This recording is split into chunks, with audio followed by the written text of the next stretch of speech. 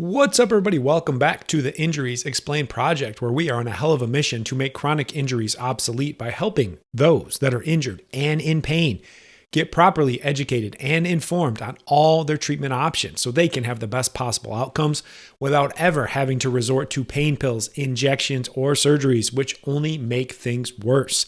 My name is Dr. Matt Maggio. Thank you so much for stopping by and checking out the show.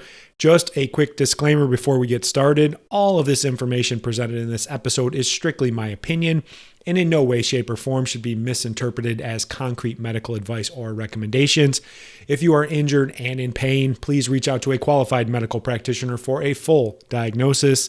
If you've already done that, you haven't got any real answers, and you're frustrated as hell and you want to know what is actually going on, you can reach out to us directly for an injury consultation.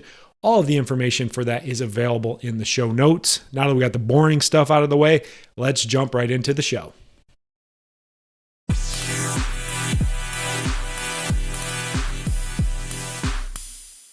I do like to make some blunt yet true statements, and this one will sum up exactly how I feel about cortisone shots and epidural injections. These shots and injections are absolute garbage, and so are the doctors that are giving them. Once again, these shots and injections are absolute garbage, and so are the doctors that are giving them to people. In this episode, I will break down each one of these into the categories of the good, the bad, and the ugly. But before I do that, we must have just a quick discussion on the role of pain and the risk factors of just trying to get rid of just solely pain without addressing any of the underlying dysfunctions that cause pain in the first place. So what is pain in the simplest definition? It's really just an alert to your body that something is wrong and you need to pay attention. And possibly you need to remove yourself from a potentially harmful situation. Contrary to popular belief, pain is not weakness leaving your body. It's your body telling you that shit's about to hit the fan. And the problem with a treatment, and I say treatment in quotes, because it's not really a treatment, that only reduces your pain, but doesn't improve the function and the health of the tissue is actually dangerous. So I'm a big analogies guy. I try to keep it really simple. So I'm going to use two analogies here to understand pain a little bit better. Number one is the car check engine light analogy. So say your check engine light comes on in your car. That's your car alerting you to that's a problem. This is what happens when you get pain as well. Your brain is feeling some type of stimulus and it's like, hey, this hurts. I don't like it. So imagine if your check engine light came on in your car. I mean, you ignored it for a while, but then eventually it just kept dinging at you and letting you know, hey, there's some shit going on here. We got to get this figured out. And you're like, screw that. I'm not going to deal with this. Eventually, you just unhook the check engine light and you don't get that alert anymore. You don't get that pain anymore. But underneath, the car is continuing to get more and more beat up. It's continuing to have more force put in there. All that problem that is in there is still there. It never went away. And then eventually your engine blows up and you're like, well, what the hell happened to my car? It's like your car's like, well, shit, I've been trying to tell you for weeks that there's a problem. This is what happens when you do things that only reduce your pain, but don't improve the function. You're going to have to pay a bigger price down the road.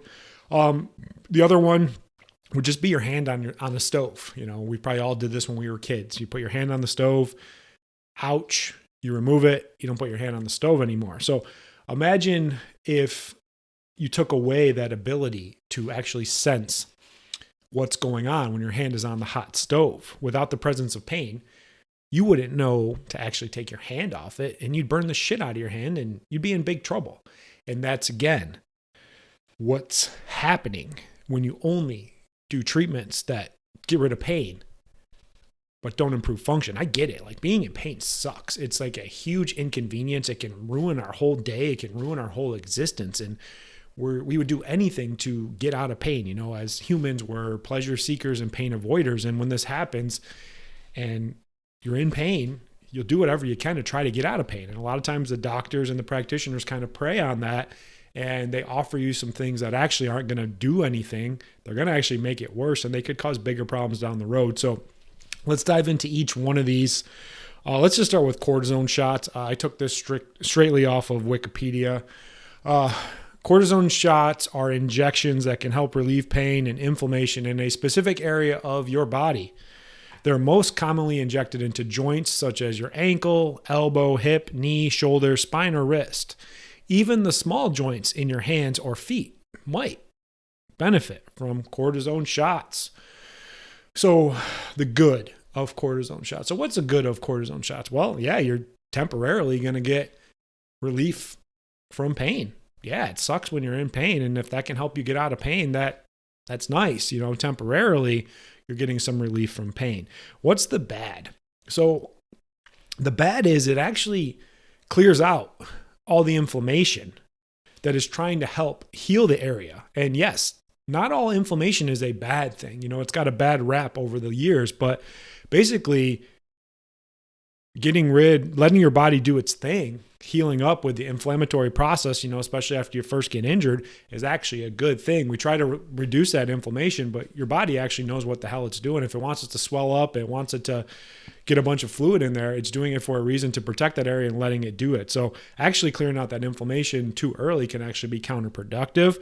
And then the other bad of that is you just perceive that you can do more when you can't. Like I said, the cortisone shot just basically elevates what's called your pain levels, where you notice it as much. It's called your symptom threshold. So when you take that shot, it just raises your threshold so you don't notice it as much. It's kind of like what I talked about with turning your check engine light on. Like you just don't notice it as much. So now it takes actual more damage in there for you to notice it. So people start getting one cortisone shot, then they use all that buffer up, then they use more buffer, and they continue to get multiple cortisone shots. And before you know it, like they're not doing anything. They're actually making things worse. And then the ugly is they've actually shown in studies that it actually causes more damage in your tendons, in your cartilage, and your joints. And it leads to just bigger problems down the road. It might temporarily help you feel better, but you're eventually going to have to deal with that. If you're not getting that painful feedback loop of your body being like, hey, something's wrong here, and you just continue to go balls to the wall, you're going to have to pay for that bigger down the road. So would I get one myself? I wouldn't, except maybe just after like what I call the acute phase of an injury, maybe like after the first or 10 to 10 days, because I do, like I said, I want my body to do the true healing process. And then if I need to get that chronic inflammation out of there, like acute inflammation is totally fine. Chronic inflammation is bad. Then I might do that to clear that out so I can actually get some treatment done around the tissue and get the tissue cleaned up. I covered that in the last episode 2, where I talked about the accumulation of scar tissue and actually going in there and getting those muscles cleaned up. The problem that happens with cortisone shots is most people get one of these to go right back to doing the dumb shit that already got them in this position in the first place. And like they say, you can't fix stupid. But people act like, I'm going to go get a cortisone shot. You'll be good as new. I got that injection. I don't feel shit. I'm like, okay, well, eventually you're going to have to pay the price for that. I'll cover that at the end of this episode. What's next? Epidurals. Wikipedia definition. Epidurals are a common procedure to provide pain relief or a lack of feeling for labor or childbirth, certain surgeries, and certain causes of chronic pain. A epidural is generally a very safe procedure. That's bullshit. But there are some risks and possible side effects. So the good of epidurals: temporary pain relief. Yeah, can feel better, but we talked about that earlier. What is the role of pain? To tell you something's wrong. And if you only address the pain and you don't improve the function, you're going to have a bigger problem down the road. Easier childbirth? Yeah, probably. I mean, that should help. But there's a lot of other risk factors in there as well. I'm not going to go into the whole thing of childbirth on there, but yeah, if it helps you have an easier childbirth, okay, that might help. There's a lot of risk factors on the back end of that. The bad. Infection. Oh, Infection, yeah, you can actually get an infection in there that can cause a bigger problem. Another thing they can do is they can actually pierce into your spinal cord and around the nerves, and they can make your pain worse. Imagine that. You go in to get your pain reduced and it makes your pain worse. Man, that sucks.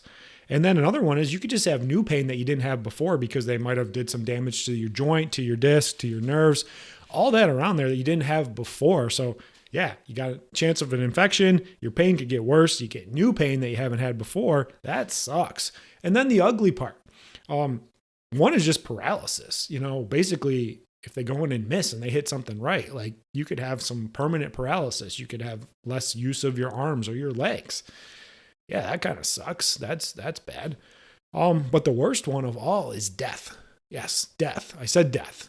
They said above that there are some risk and some possible side effects, but they don't talk about this. So back in 2012, in Massachusetts, there was this shady pharmaceutical company that was making epidural shots. They cut some corners. They ended up doing some stuff pretty bad.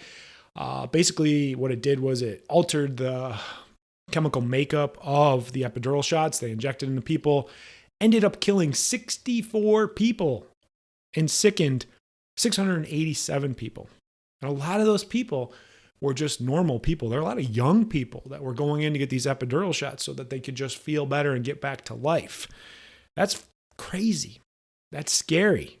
There are risks. They're not minimal. And there are risks to only turning off the pain, but not improving function. So would I get an epidural? Never in a million years. The risk is too high. And I understand there is a price to pay when you only get rid of symptoms, but you don't improve function. So some closing thoughts for you on this episode. Number one, there is always a price to pay for any shortcuts that you will have to pay down the road. So like I said, you can get rid of your pain. Think of like just getting rid of your pain as like, say you're in a tough spot financially and you need some money. Your credit card's like, hey, I can give you a cash advance on that. It's going to be really good. But if you can't pay it back, it's going to be like 50% interest down the road. This is what's happening when you only fix the symptoms, but not the function. You're going to deal with bigger problems on the road, like damage to your joints, to your tendons, to your discs, to your cartilage. Bigger problems you're going to have to deal with down the road because you were short-sighted in the front end. It's not your fault. The doctors are not educating people properly. I'm going to cover that a little bit more in a second.